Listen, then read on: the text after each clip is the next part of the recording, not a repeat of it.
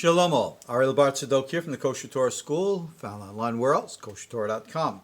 Hey, I wanted to share with you today, it is the 6th of June, 2019, between 8:30 and 9 o'clock in the morning. Again, morning rituals done, meditations done, a little home exercise done before we go out to the gym, but we got to talk about something. As you know, it is the countdown now to the holiday of Shavuot, which in our tradition celebrates the giving of the Torah at Mount Sinai. Understand something.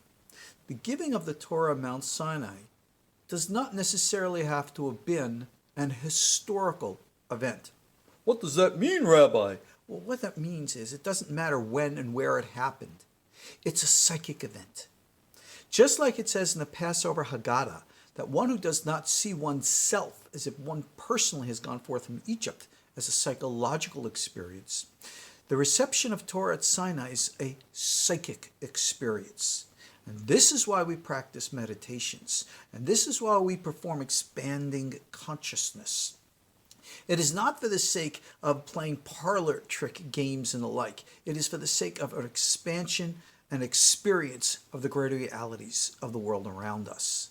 Now understand something, especially for you guys in my ancient alien crowds here. Whether we're going to talk to angels, whether we're going to talk to demons, or whether we're going to talk to extraterrestrials, just remember this: they no speak the English. They communicate telepathically. For those in the know of what really happened in Roswell, they know that those entities, those Neshaya, that's their real name that we know from our tradition that they don't or didn't, well, communication was telepathic.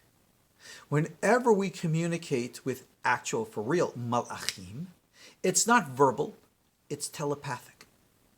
The communication of Sinai was telepathic.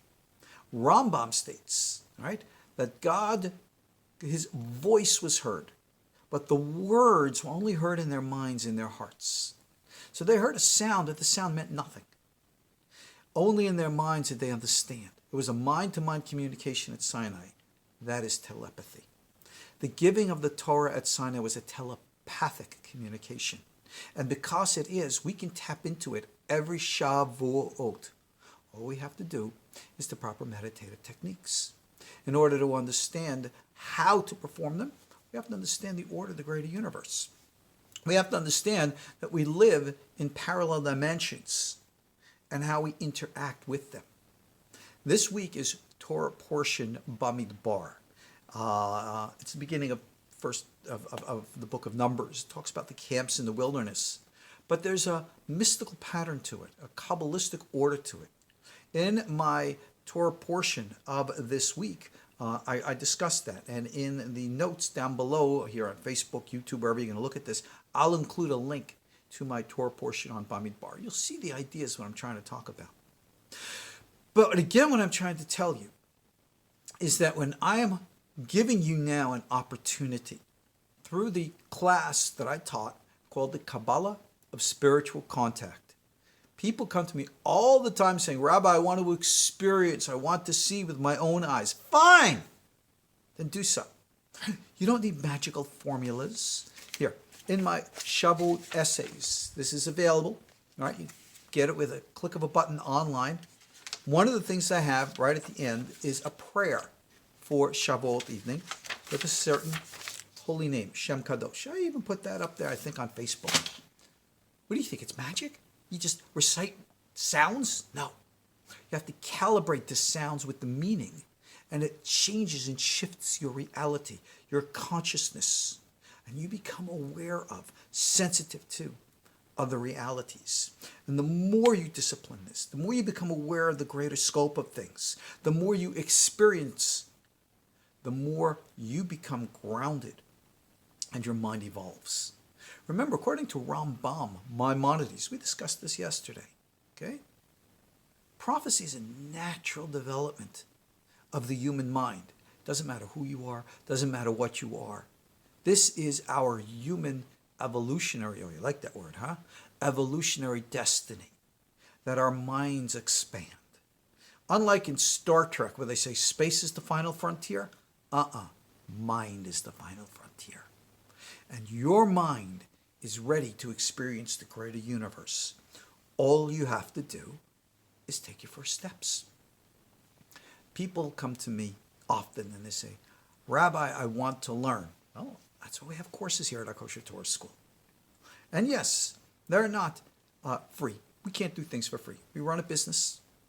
We run a school. And where is your statement of value and worth that all you want is something for free? What is wrong with you? Free means nothing. You don't respect something that's free.